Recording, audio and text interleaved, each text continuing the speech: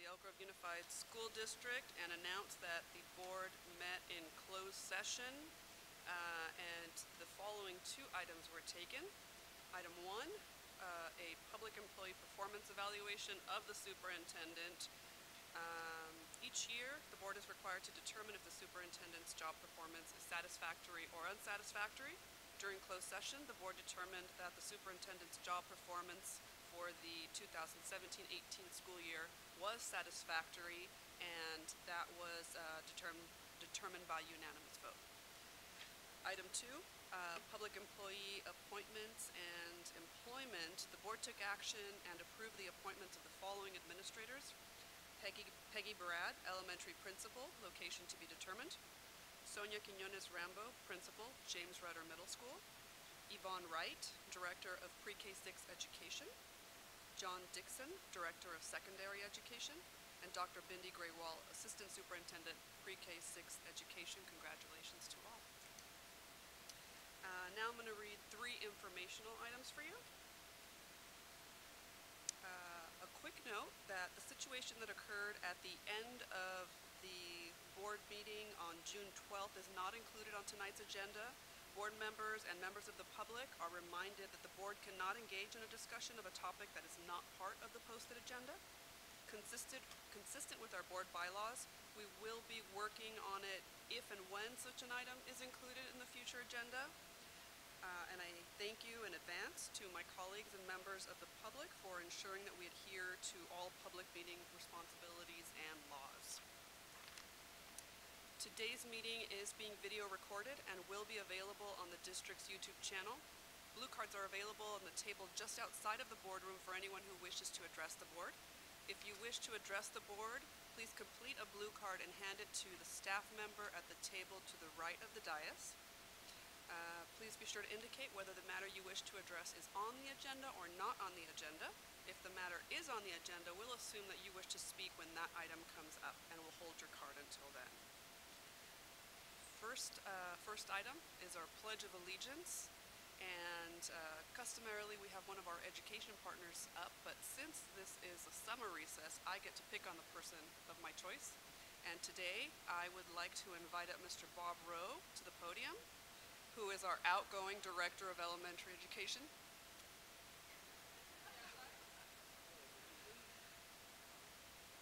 Oh, folks, he just stepped out of the room. Did somebody tip him off?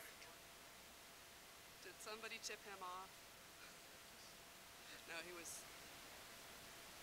Oh, so he might be on the phone.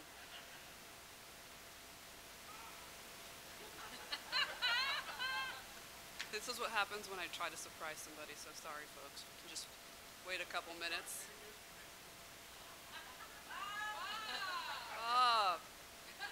Mr. Rowe, please join us at the podium if you would be so kind as to lead us in the Pledge of Allegiance. I'd be happy to, thank you. Please stand.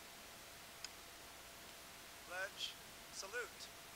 I pledge allegiance to the flag of the United States of America and to the republic for which it stands, one nation, under God, indivisible, with liberty and justice for all.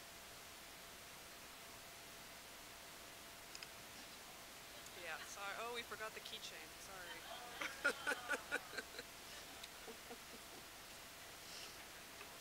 Yeah, right. Next time. Okay. No presentations or resolutions tonight. First item is the request for return from student expulsion. I'd like to call for a motion to approve the request for return from student expulsion. Moved by Dr. Martinez-O'Leary, seconded by Mr. Madison. All in favor, please signify by saying aye. Aye. Aye. Measure passes unanimously. Similarly, we have the request for student expulsion. If anyone wishes to address the board in closed session regarding a student expulsion, please say so now. Seeing none, I'm going to call for a motion to approve the request for student expulsions. Moved by Ms. Singh-Allen, seconded by Ms. Albiani. All in favor, please signify by saying aye. And that also passes unanimously. Next item is public comment. I have 2 blue cards up here. Don't see any others yet. First up, Dr. Jazz Cower. who will be followed by Eric Rivera Montes. Just a reminder or information, if you don't know, we do have a 3-minute time limit, and there's a clock up here that you can use as guidance.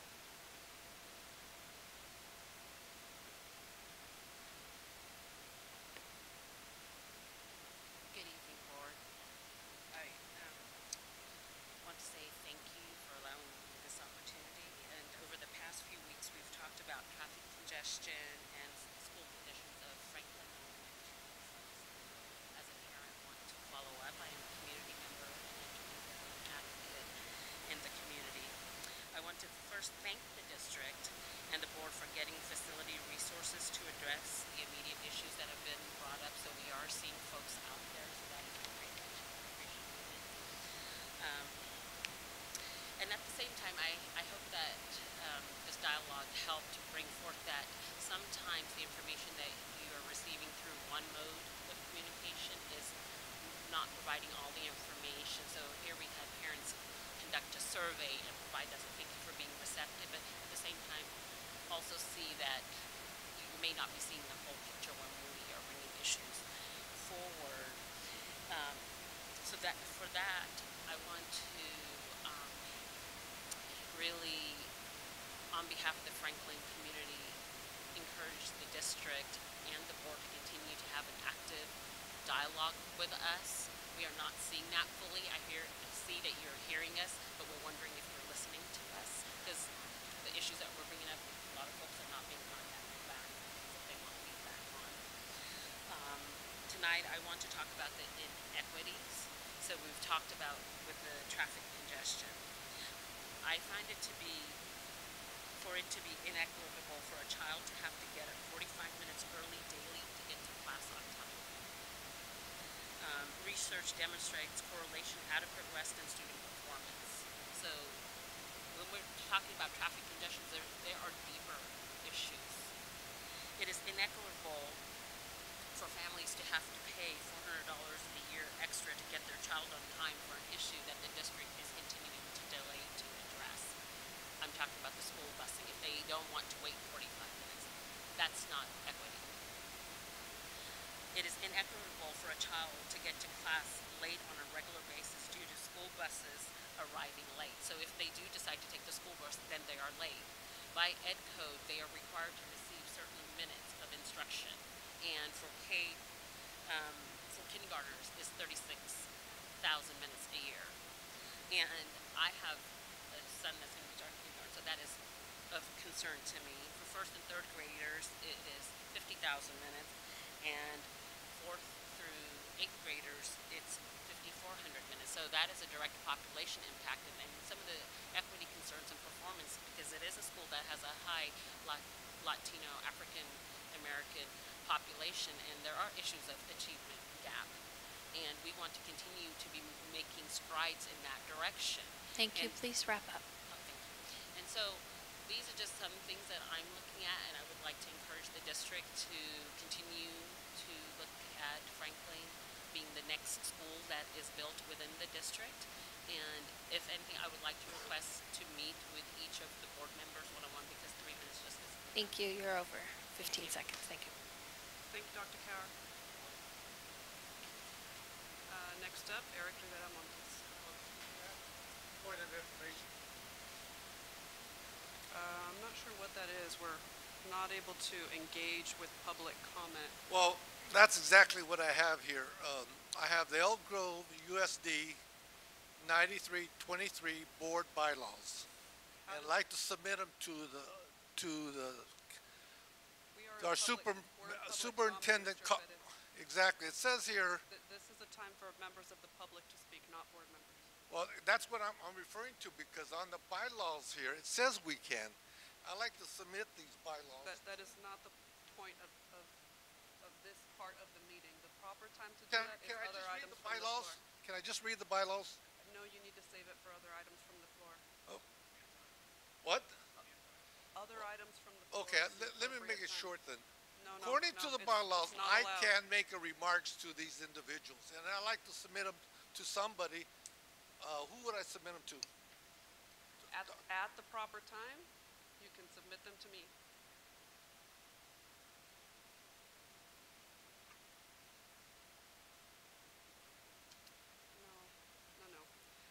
apologize on behalf of the board, Mr. Montes, and of course, we're restarting your time. Thank you for your No, patience. no, that's okay. I just want good evening and thank you for the opportunity to speak. I'm here to kind of echo the sentiments of Dr. Jazz, in that I do believe Franklin should be the next elementary school built.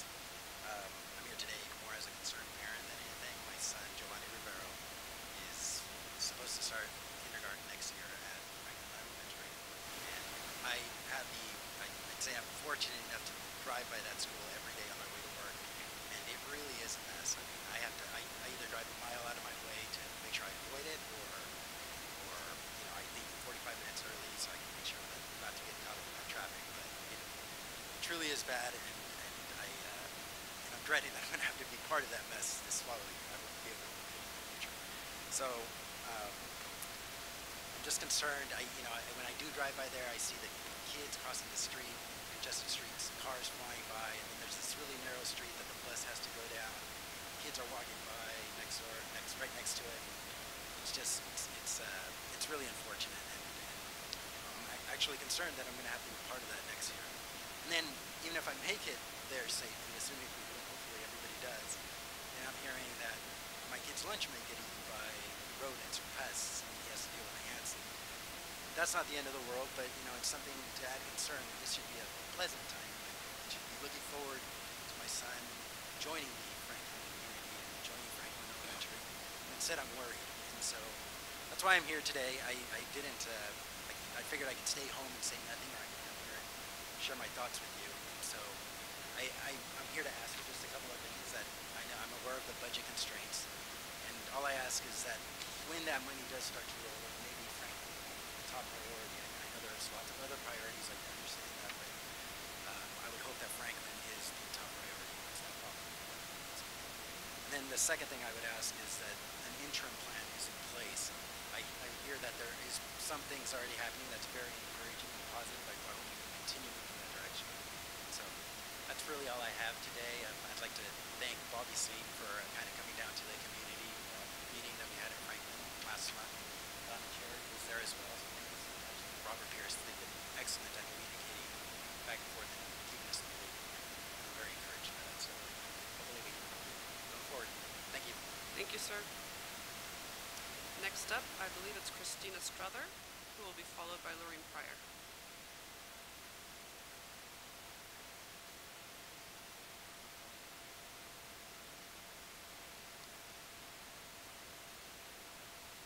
Good evening. Yeah, Good evening. Is that better? Okay.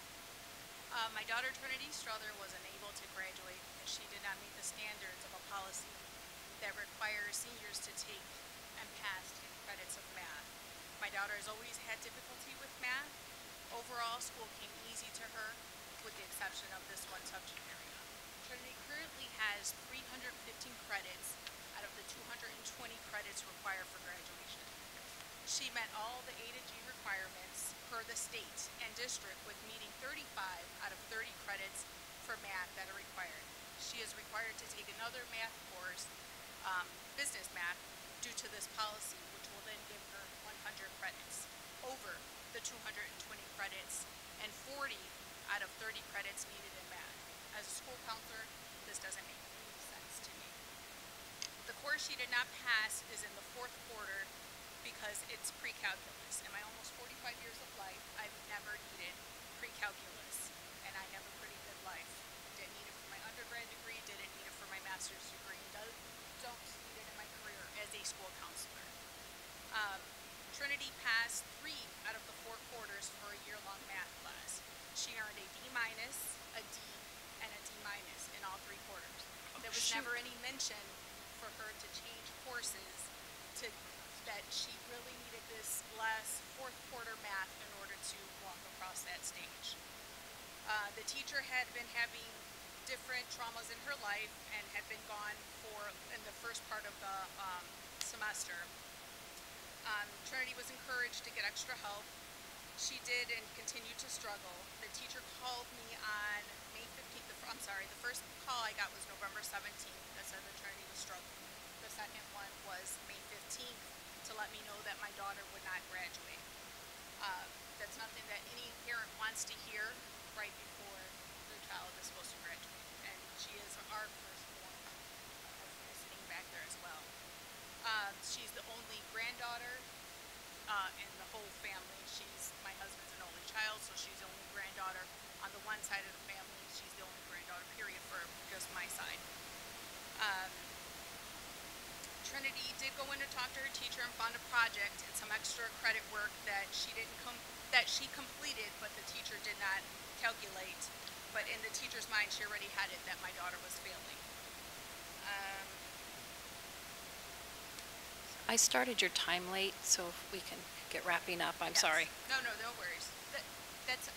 My goal is to get rid of this policy that's not benefiting my daughter or any other student that has met the A to G requirements per the state of California, and this one policy is preventing them from walking across the stage, which my daughter will now never have the opportunity to do for her high school achievement. Thank you. Thank you, Ms. Strada. Next up is Lorraine Pryor, who will be followed by Leslie Cannon.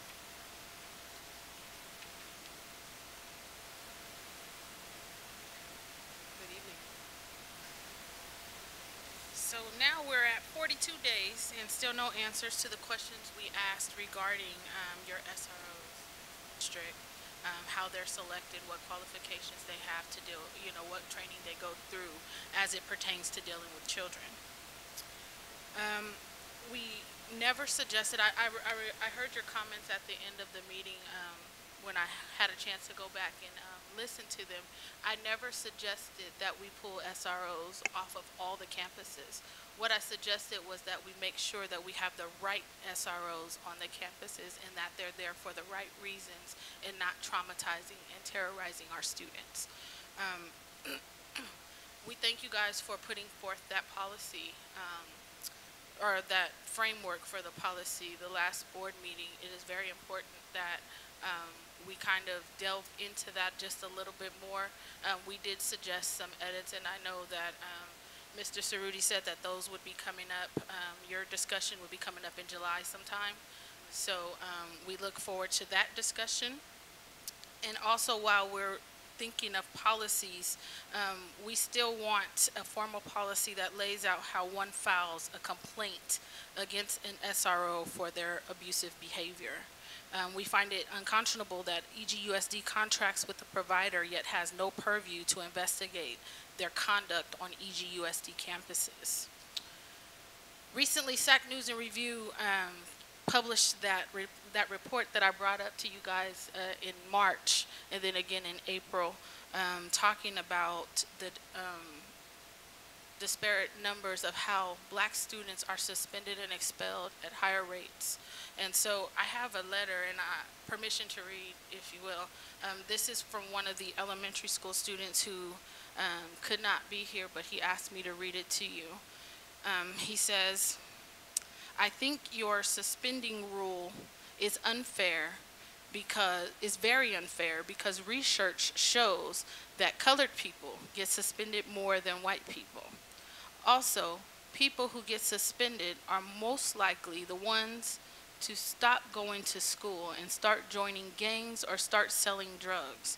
That's why some people go to jail. And if they have kids, it's sad to see your dad or mom behind the glass. And when kids are sad, sometimes they are acting up. But kicking them out of the classroom or suspending them is just making it worse. I'm not saying we don't need consequences, but at least try to help them first so they know that they still have someone other than their mom or dad to talk to." And I'll keep his name confidential because I don't have permission to give his name. We're at 3 minutes, Ms. Pryor. Okay, then I'll stop there. Thank you. No problem. Thank you, Ms. Pryor. Next up in our last speaker card for today is Leslie Cannon.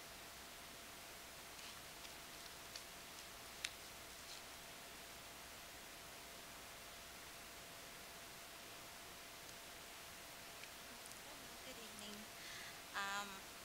Julian couldn't be here today, but because he's home studying for finals for summer school. So he's working really, really hard.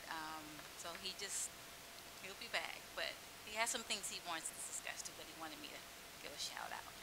Anyway, I've asked about your written policy on who's monitoring the OCIs, and I haven't got a response yet. That's really important to me as far as the process. So if somebody can really address that, I would really want to know, because I'm not being notified, and some of the students didn't even know that they were put in OCI when they were in the class.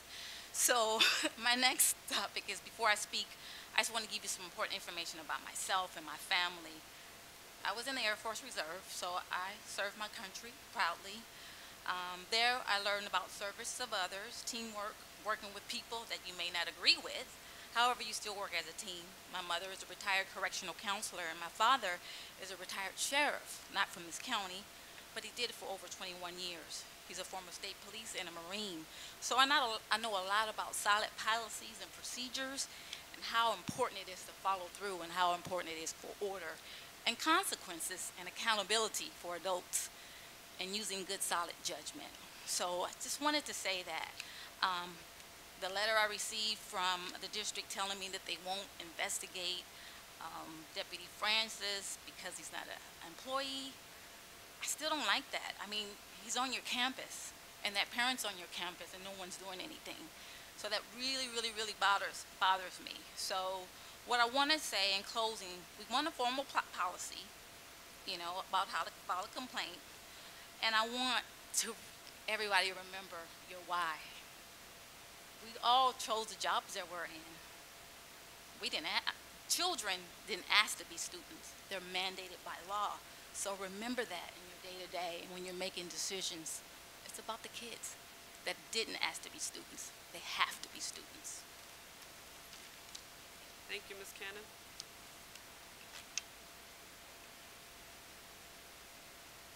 That concludes public comment. Next up is our consent Another one, I agenda. think. All right.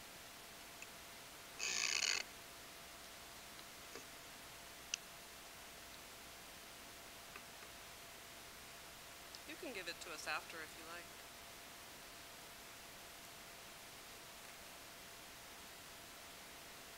Hola. Good afternoon. So, I'm here to say, how can we trust this board to help with the problems at hand with our black students when you got a problem with yourselves? You can answer that in writing if you like. In the city of Sacramento, black youth are at a state of emergency. In case you don't know that, in case you haven't seen the news, in case you haven't seen us nationwide, black youth are in a state of an emergency. We come here, we share, we demand, we ask, we are willing to work with you. But how can we trust you? How can we trust you all if as soon as we walk out the door, you get into a fight that's blasted all over for everybody to see it? You look like idiots. It starts at the head. So what's ever going on with this board, looks like you all need to get some training. How can you correct your schools if you don't have it together? Yes, I came here to reprimand you because it seems as though you need some correction. It doesn't make any sense. This board was rude last week, or the last time we were here. You were short. You were choosy as to who you wanted to cut off and who you were going to allow to speak. You thanked those who you favored, and you reprimanded those who used up more time. Guess which color people those were that you favored? Guess which color people those were that you reprimanded? Something's wrong with this picture. Keep shaking your head because you got a serious problem, sir. I don't even know how to say your name, but you got a problem. It's very evident here that whenever you open up your mouth, you're biased. That's very evident. I don't know you. All I know is what you present here at this board. That's all I know about you. And every time I see you, you always got some little smart remarks to make and stuff. It's unacceptable. And for you, we never said anything about not wanting police on campus. We said if they're going to be on campus, somebody better dang well put something in place so that they treat our children right. Because according to the Sacramento County Department of Education, bullying is at the top of the list. And as far as I'm concerned, black children are being bullied in your school district. And we want change. And we want it now. And don't you dare sit up there and reprimand us out here. I don't get paid to come here. You don't give me gas money. You don't give me anything. I'm a disabled woman taking my time out. You know why? Because black youth are in a state of emergency, and it's about time Elk Grove Unified School District start acting like it. Thank you, Ms. Taylor. That concludes public comment. Now I will take a motion for the consent. I move to approve the consent agenda, items 1 through 29. I like, Mr. Chairman, Yes, sir. I like to pull,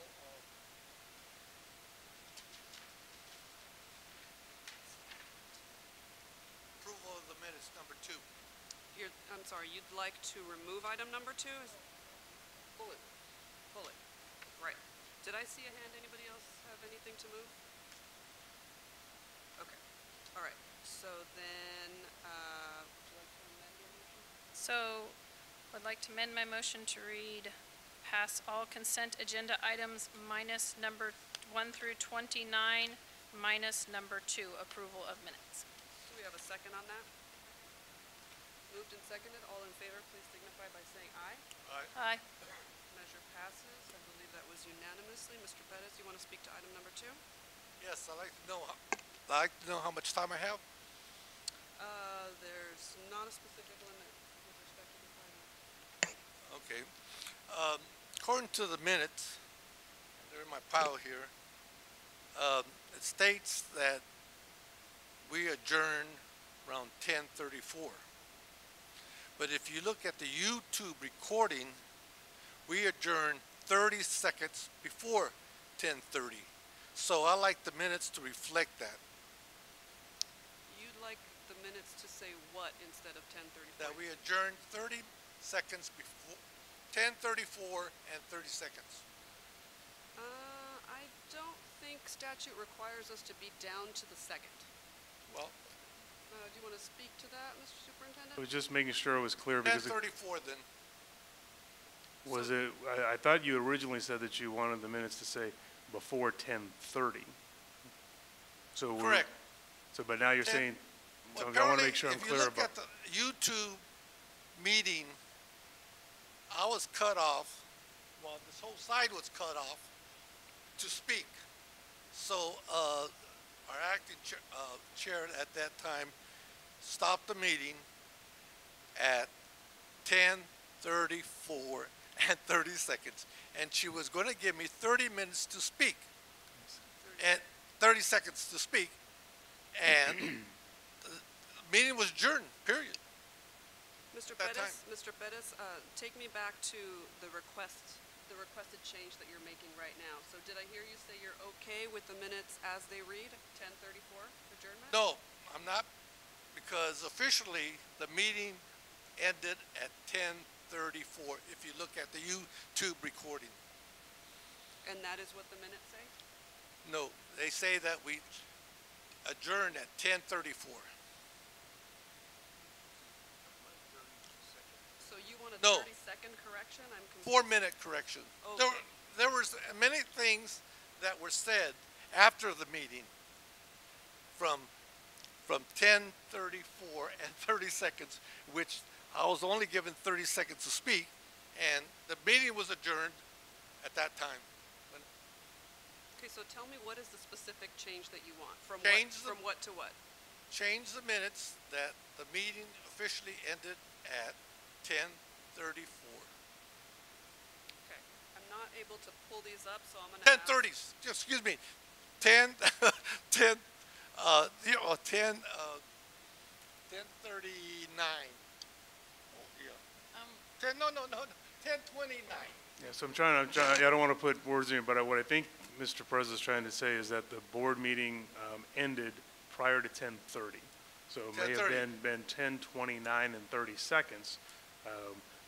But then there was a motion to extend, and it ended up being longer not than talking that. about that.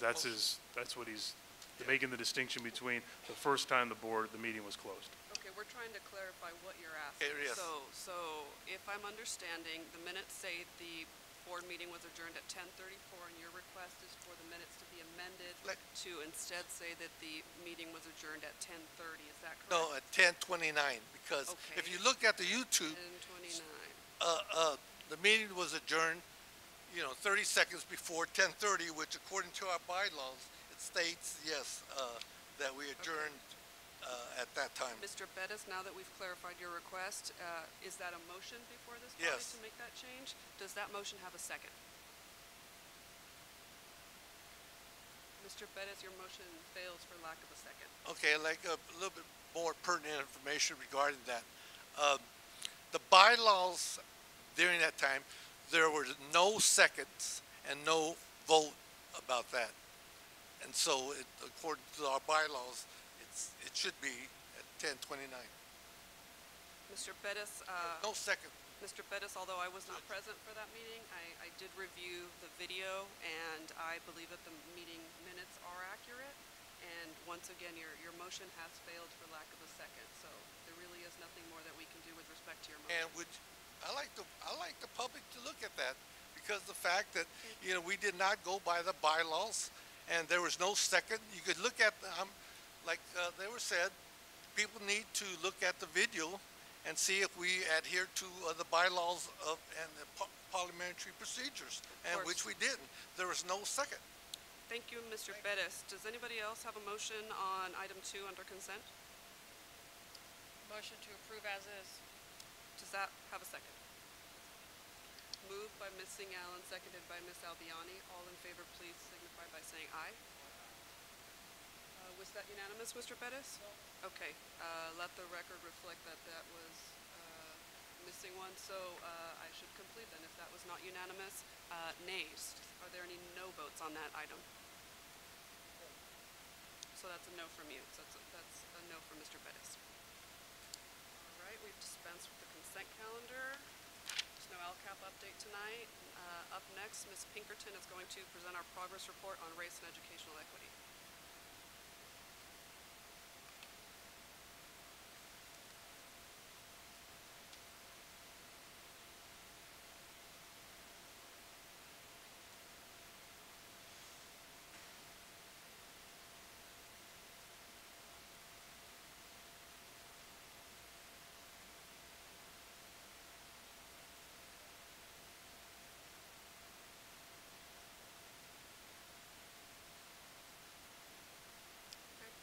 Please bear with us as we let the computer monitor warm back up.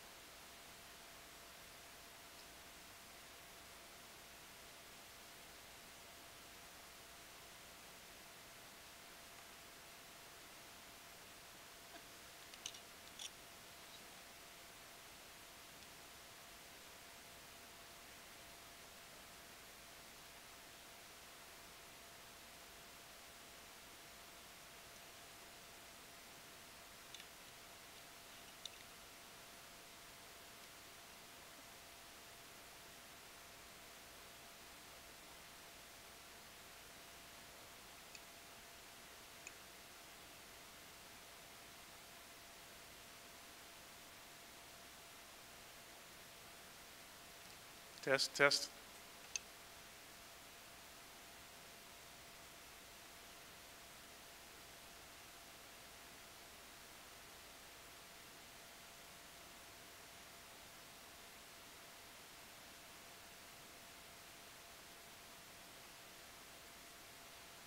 Good evening, Board President Ms. Charis Espinosa, members of the Board, Superintendent Hoffman, and Ms. Avalos. One of the things that was asked is that we display the notes instead of just reading them. So we'd like to get, as soon as we have them, we'll display them so everybody can see what the progress report contains. So the progress report for this evening will cover the 6 areas, just information, things that have been continuing on with regard to professional learning and development, curriculum and instruction, school and community relationships, as well as student-centered supports, opportunity and access, and recruitment, hiring, and retention. So under professional learning, there were two items that we're covering. One has to do with Education Services Department inviting district and educational leaders to an equity forum. It's called the Education Trust West Education Equity Forum 2018. This forum will take place in downtown Sacramento, and it's an opportunity that gives many school and district leadership teams, as well as higher education administrators and practitioners, an opportunity to converse, connect, and collaborate to learn new and best practices for supporting students, strengthening our schools and colleges, and closing opportunities and achievement gaps. The second bullet point regarding professional learning has to do with just a recap of a very special seminar that took place just about a week ago, and it was the 8th time that the Crossing Lines seminar was held in California. It's a seminar that gets an opportunity to be in Elk Grove Unified, I think, every other time. Otherwise, it was in Chico. This particular seminar was brought to us thanks to the TOLI, which is the Olga Lengyel Institute for Holocaust Studies and Human Rights. They provided the funding for the seminar, which brings out several speakers, guest speakers, people who've actually been affected by some of the stories and the history that they've talked about, and other guests and other special people who are coming to talk. So the event that took place, it focused on creating safe spaces for exploring and teaching tough topics in today's classroom. It was hosted by our Tech Services Department, and the week-long seminar provided educators, grades 5 through 12.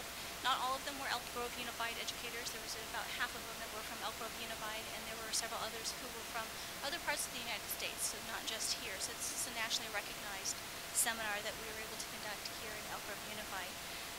Then the opportunities that they explored were how events of the past connected to impact current events. It was a very timely piece, in that there are many things going on today in our current time.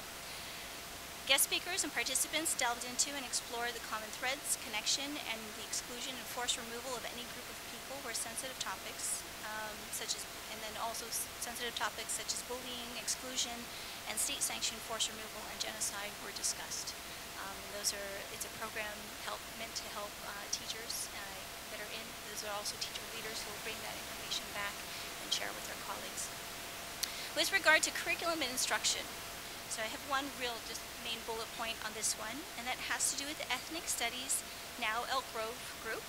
A number of representatives and members from Ethnic Studies Now Elk Grove met twice with district staff and education services to discuss common interests and develop a process to collaborate and work together in creating an ethnic studies course for Elk Grove Unified. The process for adding new courses and curriculum was shared, along with a timeline for adoption of an ethnic studies course. In addition, the Ethnic Studies Now Elk Grove group extended an invitation to district staff to participate also in summer professional learning opportunities at Sacramento State on the topic of ethnic studies. So this summer, a program specialist for history, social science, and one teacher will be attending, and the district intends to send a cadre of teachers next summer as well as the following. So we're hoping that there will be an ongoing professional development opportunity. Another meeting will be scheduled in July, and the team of representatives from the Ethnic Studies Now Elk Grove and district will continue to meet regularly to discuss progress, hear about resources that each can provide, and they plan to continue the collaboration regarding design and implementation of an ethnic studies course for Elk Grove Unified School District. The third area that we'd like to cover is school and community relationships. Just to provide you a quick update, the newly drafted policy and roles and responsibilities of school and or district administrators and that of law enforcement related to student discipline has been shared with several community stakeholders for comment. The drafted policy will be available for review and comment through Wednesday, which is tomorrow, June 27, 2018, and we have received comments and we will be working to integrate those. Regarding student-centered supports, the task force comprising school principals and tech services is moving forward with the plans for the implementation of a district-wide anonymous incident response system to be operational at all school locations by the early part of the 2018-19 school year, pending board approval. The team worked to address concerns posed by the board and reports that the system can accommodate different languages, IP address tracking can be turned off, different reporting categories will be developed to notify different groups of individuals based on the category selected, and the system has customization options. Once presented and approved by the board, Tech Services will then work with multiple district departments and site administrators to finalize response categories, response teams at each school site, and define roles and responsibilities of the system. Regarding opportunity and access, we just have several things that we've been sharing with the public, both through Community Connection, our newsletter that goes out monthly, as well as in News and Notes, which goes out to staff. So Community Connection covers about 64,000 email addresses, and News and Notes goes out to approximately 7,000 employees. And that's to promote basically the summer civic program, where 28 high school students, juniors, and seniors participated in a 2-week governmental learning program and 3-week public agency internship. Mobile Technology Camp, it's designed for students with little or no programmatic circuits experience.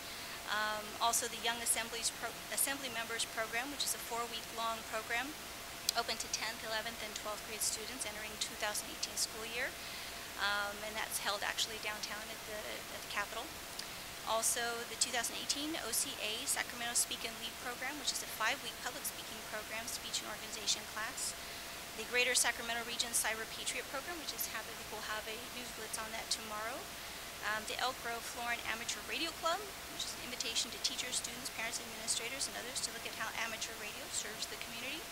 Elk Grove Multicultural Festival, we're starting to let people know, hopefully they'll save the date and start getting involved. Right now, the main announcements have been about a request for volunteers, but they're also start looking for people to participate in the activities with culture, music, art, food, entertainment, and more. The last two are the Yolo County Conference on Young Latino Males, a conference with nationally known UC Santa Barbara professor and TED Talk speaker, Dr. Victor Rios. The event will be September 7th at the Yolo County Office of Education. And then lastly, the 6th annual Feria de Educación, which is designed to empower Spanish-speaking parents and students with information and resources to help them succeed in California's educational system. Feria de Educación will be held once again in the Sacramento University Ballroom on October 13th. Lastly, under recruitment, hiring, and retention, several administrative and leadership positions are being filled, and interviews with the best and brightest candidates who reflect and identify with the diversity of the district are being interviewed. The district is also developing teachers willing, able, and eligible to provide by providing assistance to receive bilingual certification. So that's the conclusion of my report. If you have any questions, I'd be happy to answer them.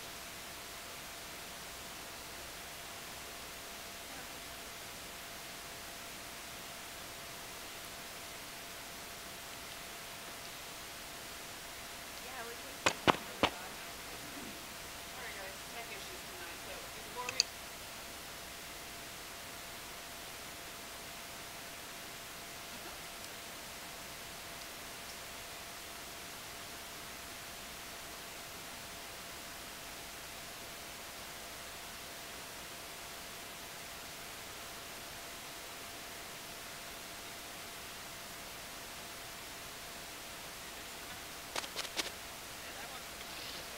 This one is good. I just wanted to give some feedback on the survey that went out when Ms. Pinkerton sent out an email, and it was requesting feedback about the policy. I was kind of confused because I wasn't sure why I was asked about how I felt about the policy or none of that. I just wanted to submit feedback of what changes I wanted to see.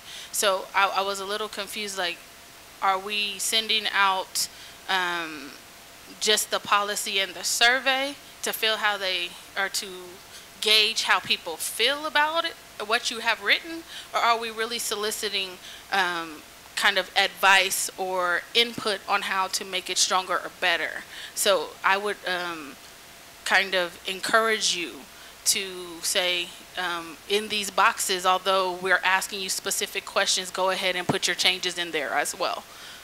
Because I think it's a little bit, my assumption was that, okay, you can go to this one site and you can submit the changes, but it was really just a survey of gauging how one felt about the policy. So be a little bit more, be a lot bit more intentional about the feedback that you're requesting. Also, as it pertains to ethnic studies, I'm with ethnic studies. I think that would be a good thing as long as you provide teachers who are culturally relevant in teaching the topic. To me, it would be disingenuous for you to keep just staffs of majority white individuals teaching black folks black history. I think that's a little bit disingenuous. So we need to work on making sure we're recruiting those teachers who are culturally competent enough to teach ethnic studies. Thank you. Thank you, Ms. Pryor. I have one more speaker slip on this item from Allegra Taylor. So with the ethnic studies, I'm going to differ from my co-conspirator here. I want to read the definition of ethnic studies. In the United States, is the interdisciplinary study of difference, chiefly race, ethnicity, and nation, but also sexuality, gender, and other such markings and power as expressed by the state, by civil society, and by individuals.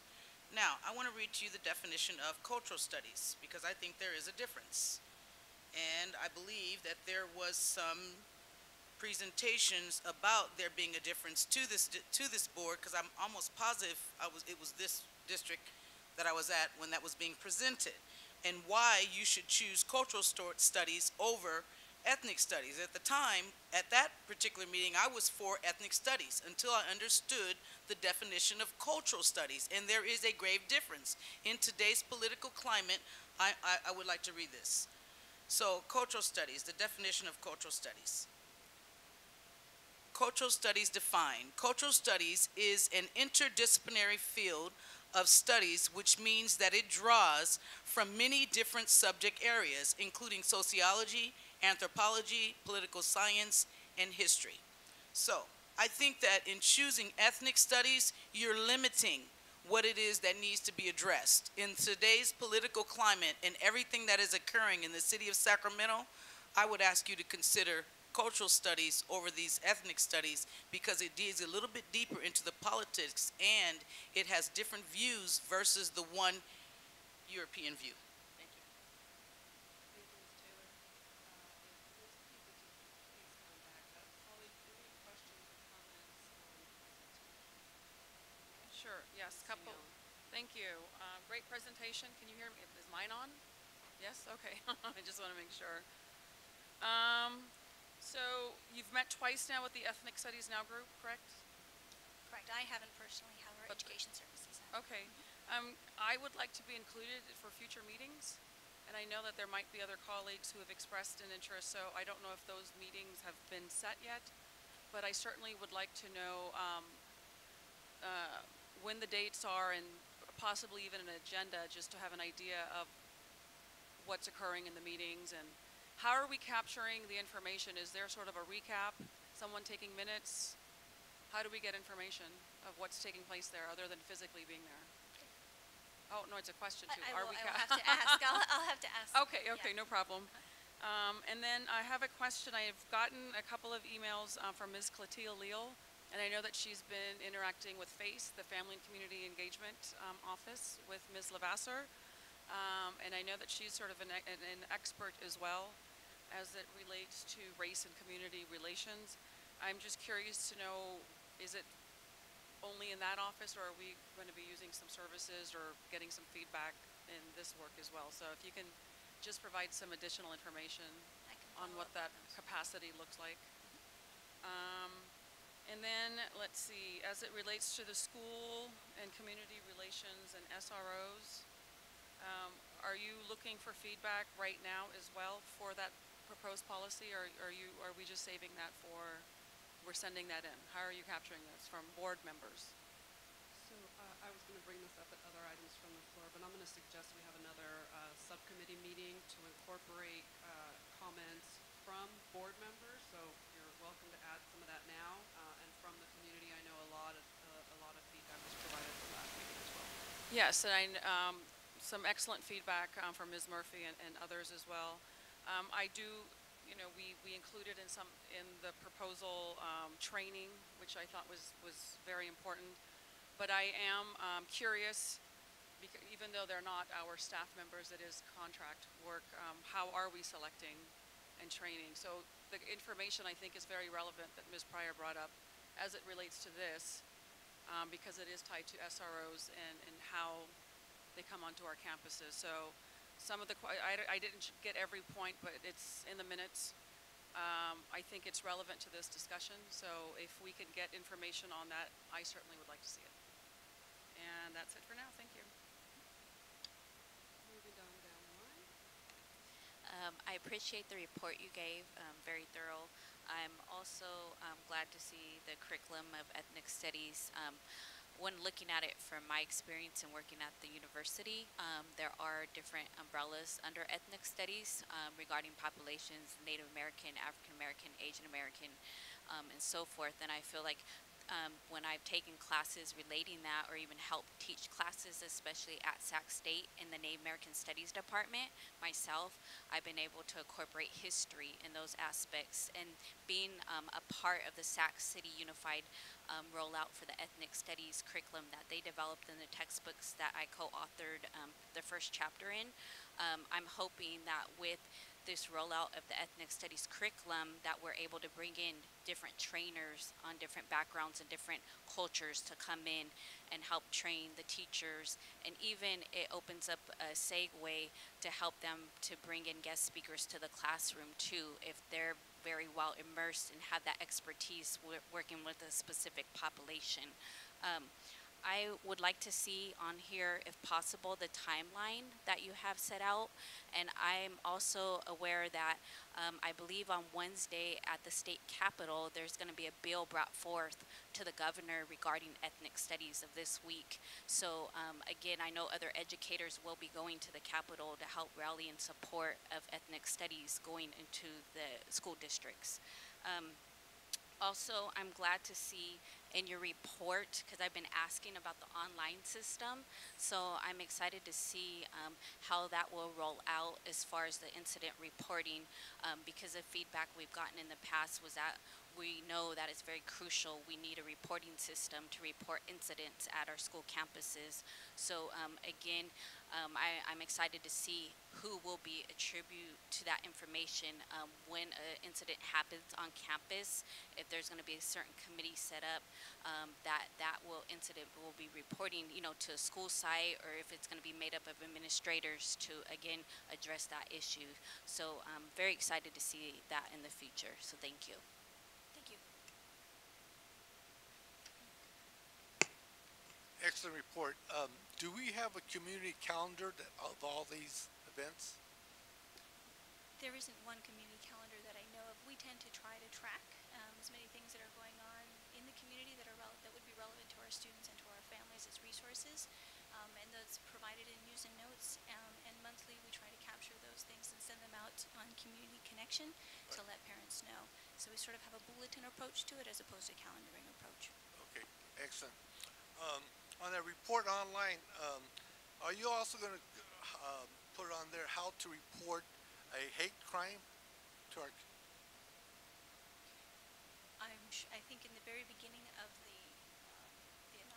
system, I think there will be information. Eventually? Yes. Okay.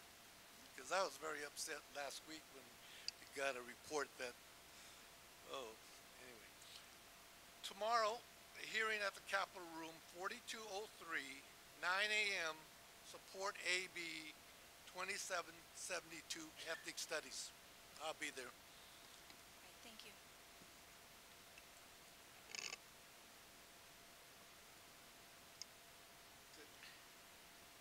Thank you for the report. Most of what I had to say got covered. My only addition was when the incident system gets going, I think we're all very interested in how the follow-up and the tracking of that will happen. Yeah, I don't have a lot of questions either. A good report, appreciate it. Dr. Martinez covered a lot of questions that I had as well. I'm very excited under the curriculum instructions on the ethnic studies. So I think it's really long overdue for the type of district that we have here. So we're looking forward to it and keeping us updated. Thank you. Thank you. Yeah, my question's been answered, Zanti. Thank you. Very good. Ms. Pinkerton, just one quick one. Going up to the top of the report, the first bullet, the EdTrust West equity training coming up in mid-September of this year. Correct. That's kind of an all call, and anybody who wants to within those folks that you listed, district leadership teams can opt in. Correct. So that's administrators only. It's leadership. So, for example, I am bringing my staff, so I will be one of the people attending along with all of my staff.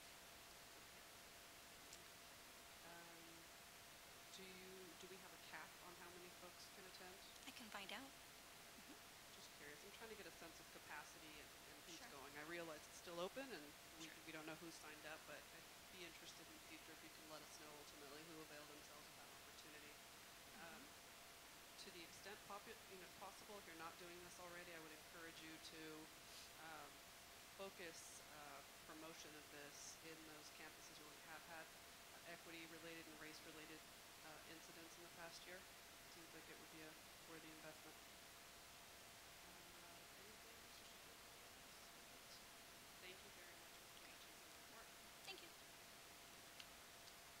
Next up, bargaining units. Are there any bargaining units who wish to address the board? Seeing none. Thank you, folks. And we're moving on to public hearing and action items, which will be presented by Mr. David Riley. Come on up.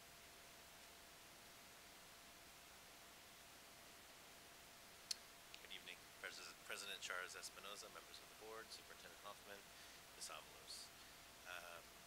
The tentative agreement between the Elk Grove Unified School District and the Amalgamated Transit Union, ATU, has been ratified by ATU, and the AB 1200 review was approved by the Sacramento County Office of Education. The Board of Education is asked to conduct a public hearing to present the tentative agreement reached through negotiations on May 29, 2018. The board president should announce and open the public hearing with a request for anyone who wishes to speak to the proposal to please come forward. After listening to any speakers, the board president should close the public hearing. After closing the public hearing, the board should be asked to take action to approve or ratify the tentative agreement. I feel like you did the work for me, but I would like to call for a public hearing to receive comments regarding the tentative agreement between the Elk Grove Unified School District and ATU. I do not have any speaker slips on this item, and I don't see anybody coming forward. So I'm going to close the public hearing and call for a motion to approve the 2017-18 and 18-19 tentative agreement between the Elk Grove Unified School District and ATU. So moved for agreement? Moved by Mr. Fortuna, seconded by Mr. Madison. All in favor, please signify by saying aye. Aye. And that passes unanimously. Thank you, Mr. Riley. Next item. Excuse me. The AB 1200 Sacramento County Office of Education review of the meet and confer summary between EG Teams and EGUSD is approved. The EGUS Board of Education is asked to conduct a public hearing to present the meet and confer summary between EG Teams and EGUSD reached on June 21, 2018. I won't read the process, it's similar from the last one in terms of the public hearing. We were testing mics there. I would like to call for the public hearing to receive comments about the meet and confer summary between Elk Grove Unified School District and EG Teams. I have no speaker slips. And seeing no one coming forward, I'm going to close the public hearing and call for a motion to approve the meet and confer summary between Elk Grove Unified School District and EG Teams for the 2017-18 and 2018-19 school years. Moved by Ms. Allen, seconded by Mr. Fortuna. All in favor, please signify by saying aye. I believe that passes unanimously. Thank you, Mr. Riley. Next item. Thank you. The tentative agreement between the Elk Grove Unified School District and the Psychologists and Social Worker Association, PSWA, has been ratified by PSWA, and the AB 1200 review was approved by the Sacramento County Office of Education. The Board of Education is asked to conduct a public hearing to present the tentative agreement reached through negotiations on May 21, 2018. I'd like to call for a public hearing to receive comments about the tentative agreement between Elk Grove Unified School District and PSWA. I have no speaker slips, and I don't see anyone coming forward, so I'm going to close the public hearing and call for a motion to approve the 2017-18 and 2018-19 tentative agreement between the Elk Grove Unified School District and PSWA. Moved by Dr. Martinez-O'Leary, seconded by Ms. Allen. All in favor, please signify by saying aye. And that passes unanimously. Next item, thank you, Mr. Riley. Thank you. Next item will be presented by Mr. Mark Cerruti.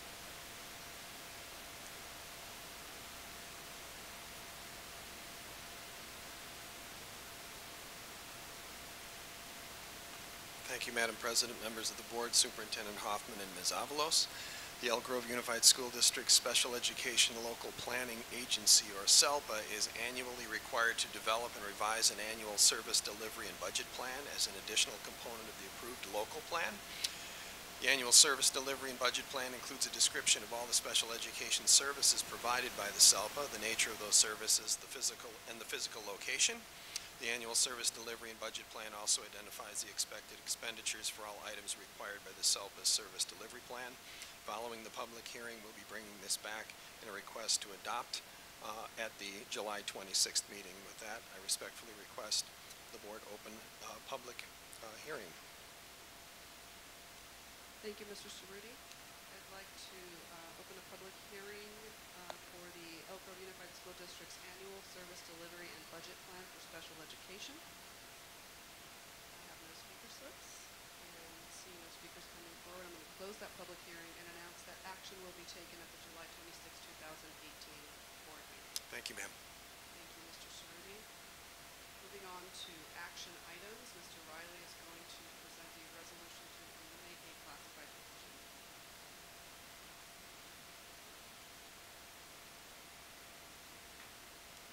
Good evening once again.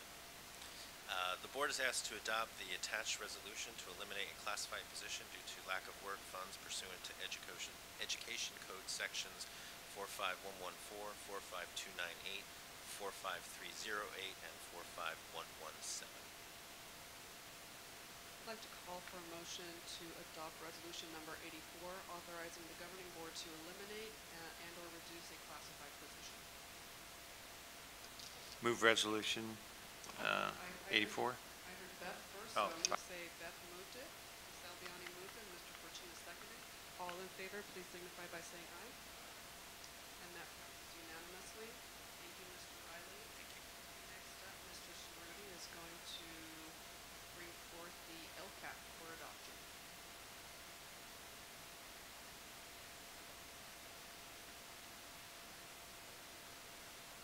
Thank you again, Madam President. The Board of Education is respectfully asked to adopt the district's local control accountability plan. The LCAP is being adopted after the public hearing, which was held on June 12th pursuant to Education Code 52062B, and during the same meeting that the Board of Education adopts the budget pursuant to Education Code 42127.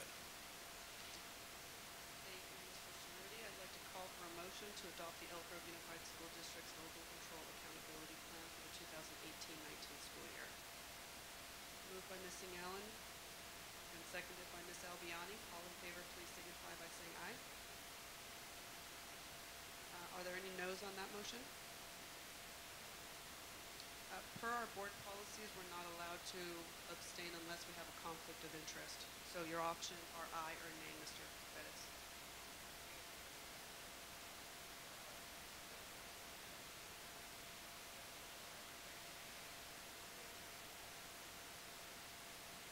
No, that is not in fact what our bylaws say. We specifically do not allow that as an option. So I'll just ask you one more time, otherwise we'll move forward. Okay, in that case,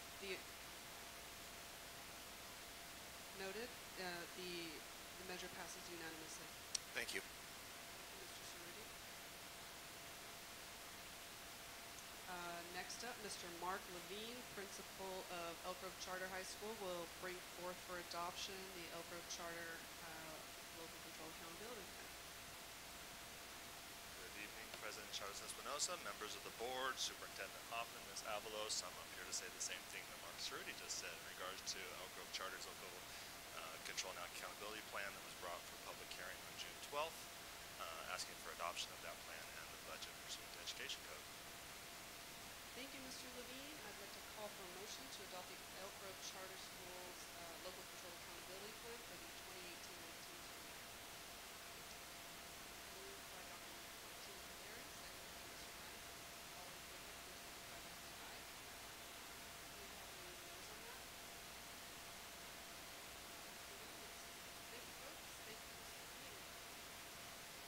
Next up is Shannon Cates, who's going to present the 2018-19 adopted budget. Or budget for adoption. Good evening, President Chires Espinoza, members of the board, Superintendent Hoffman, Ms. Avalos. In accordance with Education Code 42127, requires that each school district submit a board-approved adopted budget to their county office by July 1st upon the approval of their LCAP. Tonight, I ask the board to take action to approve the 2018-19 adopted budget as presented. I'd like to call for a motion to approve the 2018-19 adopted budget as presented. Moved by Mr. Madison, seconded by Ms. Allen. All in favor, please signify by saying aye. Heard that, unanimous. Thank you. Next up, Mr. Riley is going to come back for a few more items. First of which is new non-resident employee employment agreements and salary schedule.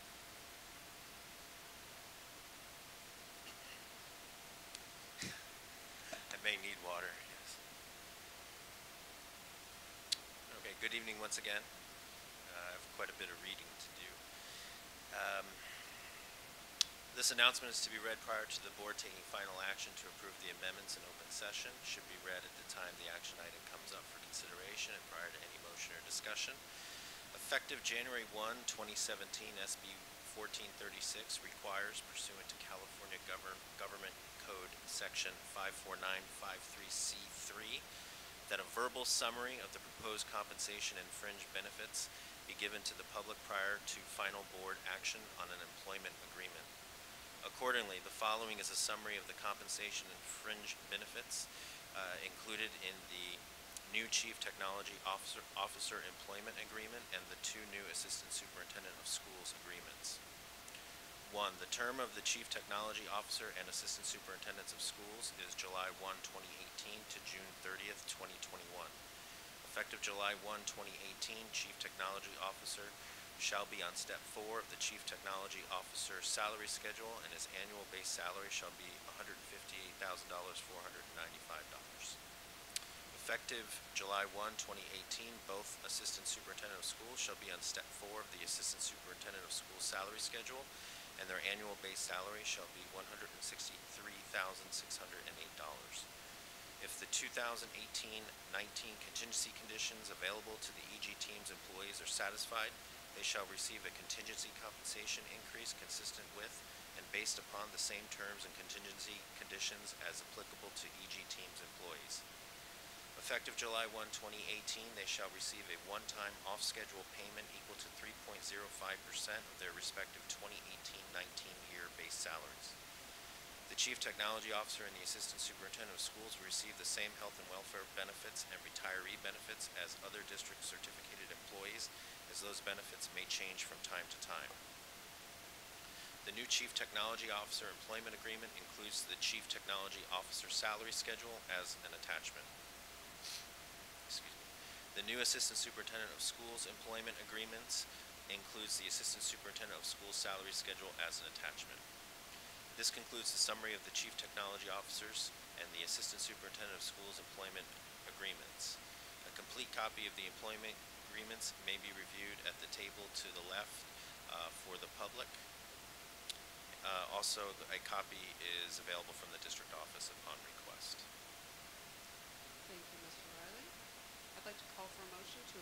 Chief Technology Officer and Assistant Superintendents of Schools agreements and related schedules.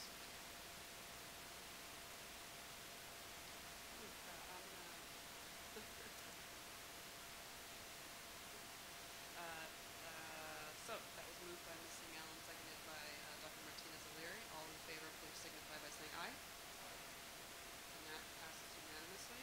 Thank you, Mr. Riley. Moving on to the amendment agreements for non-represented employees. Thank you. This item is the board's discussion and possible approval of certain non-represented employment agreements and amendments to certain non-represented employment agreements. Effective January 1, 2017, SB 1436 requires, pursuant to California Government Code Section 54953C3, that a verbal summary of the proposed compensation and fringe benefits be given to the public prior to the final board action on an employment agreement. The employment agreements previously approved by the board in June 2016 and June 2017 for the Deputy Superintendent Business Services and Facilities, Associate Superintendent Pre-K 6 Education, Associate Superintendent Human Resources, Chief Financial Officer, and the employment agreement previously approved by the board in June 2017 for Deputy Superintendent Education Services and Schools, provide that upon the receipt of a satisfactory evaluation and board action in open session, the term of their employment agreement shall be extended by 1 year. They shall move one step on their respective salary schedule unless they are on the top step of their salary schedule, and their salary schedule shall be increased by the same increase provided to other district employees. Whereas all eligible represented employees in the district automatically receive step and column advances effective July 1. Step advances for non-representative contracted employees must be approved by the board in open session at a regular school board meeting.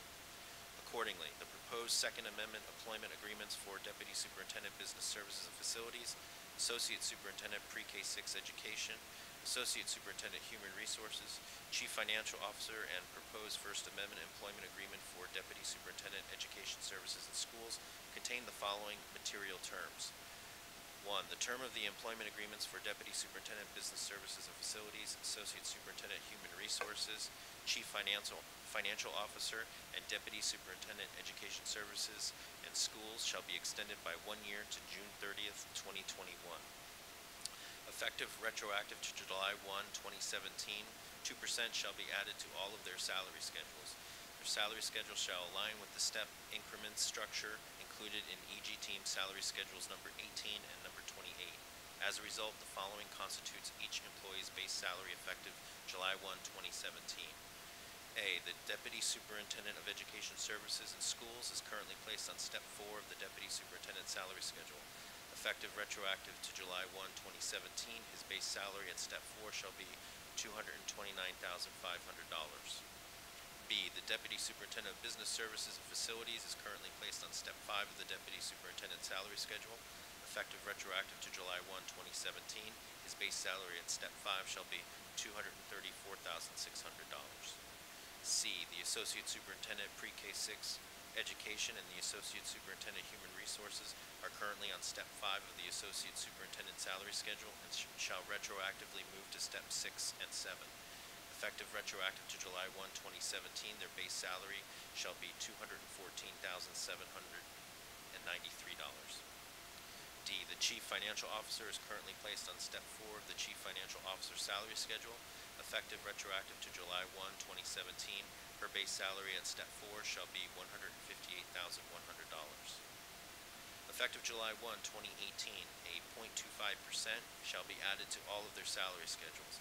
As a result, the following constitutes each employee's base salary effective July 1, 2018. Effective July 1, 2018, the Deputy Superintendent of Education Services and Schools shall move to Step 5 of the Deputy Superintendent salary schedule, and his base salary shall be $235,187. Effective July 1, 2018, the Deputy Superintendent of Business Services and Facilities shall move to Step 6 and 7, and his base salary shall be $243,183. Effective July 1, 2018, the Associate Superintendent of Pre-K 6 Education and the Associate Superintendent Human Resources shall be on Step 6 and 7 of the Associate Superintendent salary schedule, and their base salary shall be $215,330. Effective July 1, 2018, the Chief Financial Officer shall move to Step 5 of the Chief Financial Officer salary schedule, and her base salary shall be $163,608. If the 2018-19 contingency conditions available to EG Team's employees are satisfied, they shall all receive a contingency compensation increase consistent with and based upon the same terms and contingency conditions as applicable to EG Team's employees. Effective July 1, 2018, they shall each receive a one-time off-schedule payment equal to 3.05% of their respective 2018-19 year base salaries. The Deputy Superintendent Business Services and Facilities, Deputy Superintendent Education Services and Schools, Associate Superintendent Pre-K Education, Associate Superintendent Human Resources, and the Chief Financial Officer will continue to receive the same health and welfare benefits and retiree benefits as other district certificated employees, as those benefits may change from time to time. This concludes the summary of the Second Amendment to the employment agreements for Deputy Superintendent Business Services Facilities, Associate Superintendent Pre-K 6 Education, Associate Superintendent Human Resources, and Chief Financial Officer, and the First Amendment Employment Agreement for Deputy Superintendent Education Services and Schools.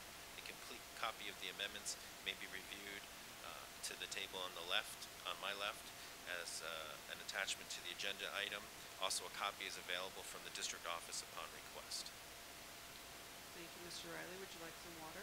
Maybe just some air. All right, stretch, breathe. I'd like to call for a motion to approve non-represented employment agreements and amendments to the specified non-represented employment agreements. Moved by Mr. Porcino, seconded by Ms. Albiani. All in favor, please signify by saying aye. And that was unanimous. All right, one more of these. Mr. Riley, Second Amendment to the Superintendent's Employment Agreement. This item is the board's discussion and possible approval of the Second Amendment to the Superintendent's Employment Agreement.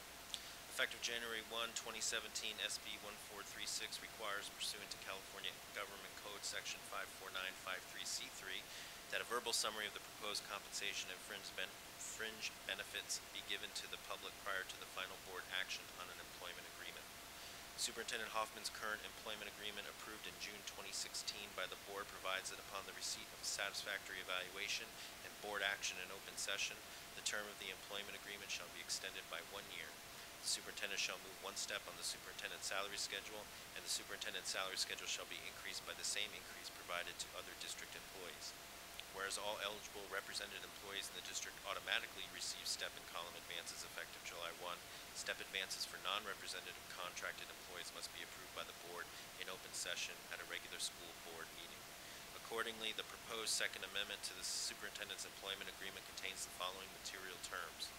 The terms of the Superintendent's Agreement shall be extended by 1 year to June 30th, 2022. Effective retroactive to July 1, 2017, 2% shall be added to the superintendent's salary schedule. In effect, the superintendent's base salary at his current step, Step 4, shall be $337,570, effective retroactive to July 2017. The superintendent's salary schedule shall align with step increments structure included in EG Team salary schedules number 18 and number 28. Effective July 1, 2018, a 0.25% shall be added to the superintendent salary schedule. Effective July 1, 2018, the superintendent shall move to Step 5 of the superintendent's salary schedule, and his annual base salary shall be $349,950. If the 2018-19 contingency conditions available to EG Team's employees are satisfied, the superintendent shall receive a contingency compensation increase consistent with and based upon the same terms and contingency conditions as applicable to EG Team's employees. Effective July 1, 2018, the superintendent shall receive a one-time off-schedule payment equal to 3.05% of the superintendent's 2018-19 year base salary. This concludes the summary of the Second Amendment to the Superintendent's Employment Agreement. A complete copy of the Second Amendment may be reviewed on the district may be reviewed on the copies provided on the table to my left. Also, a copy is available from the district office upon request. Thank you, Mr. Riley. I'd like to call for a motion to approve the Second Amendment to the Superintendent's Employment Agreement. Moved by Ms. Danielle. Do I have a second? Seconded by Mr. Porcino. All in favor, please signify by saying aye. Do we have any nays on that?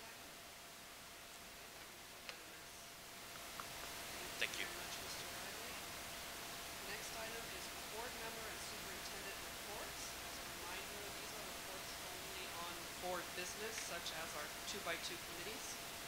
So last time I went to the left, I'm going to go to my right. Anything, Mr. Fortuna? No committee reports.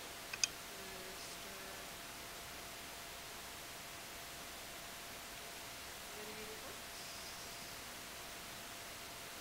Mr. Superintendent, anything on this item? Next up is other items from the floor, so I'm going to go back to my left for this one.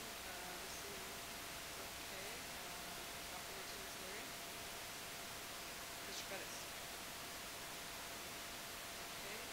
Ms. Albiani? Mr. Madsen?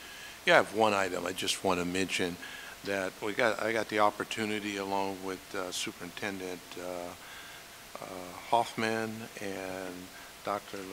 Martinez-Leary, and that we attended the Improve Your Tomorrow commencement exercise they had out at the Consumers College. It was well done to see a lot of the kids from Valley High School, kids of color, Hispanic, and African Americans that were really troubled throughout their secondary education.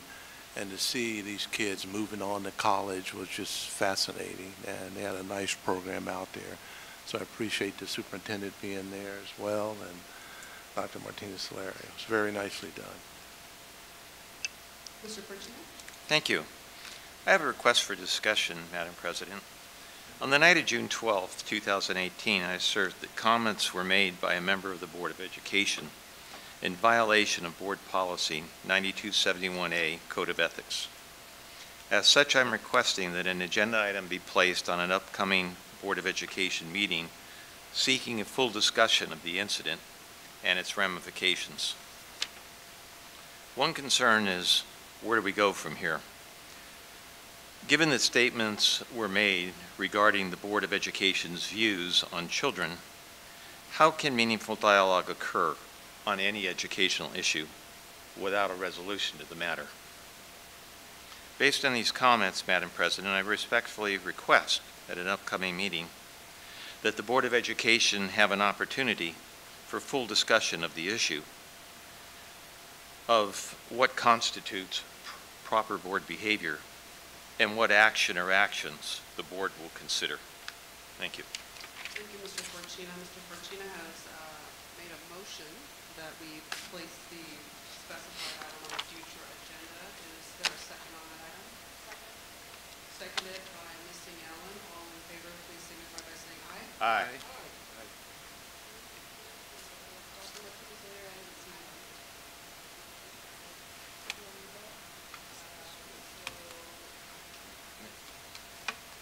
So, let me read them out, and I'll make you do a roll call. So, Fortuna, Madison were ayes.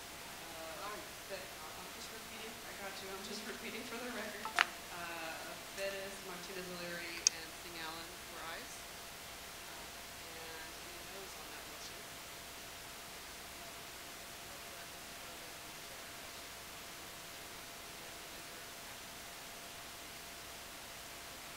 And while we are still on other items from the floor, I want to mention that although I was not able to go to the graduation for Improve Your Tomorrow, I was able to meet once again this year with the IYT interns and people. They're a great group of young men put in some great spots in and around the Capitol, and it was wonderful to get to interact with those guys.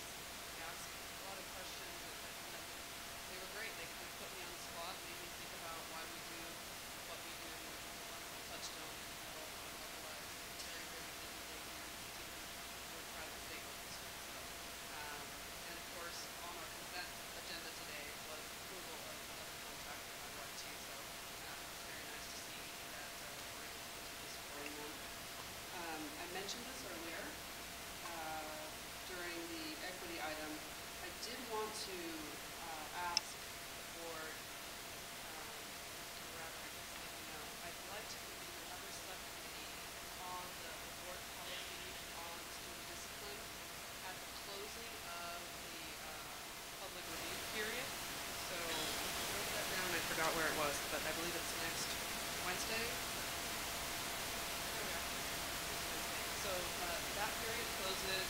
We're going to add whatever input we got there to whatever ends up being collected. I've heard some good ideas from the folks on the dais and from members of the public, so I'd like to convene another meeting as soon as possible and do what we did last time, get the same subcommittee. The same subcommittee meeting, get whatever we have to contribute through legal and back to this board.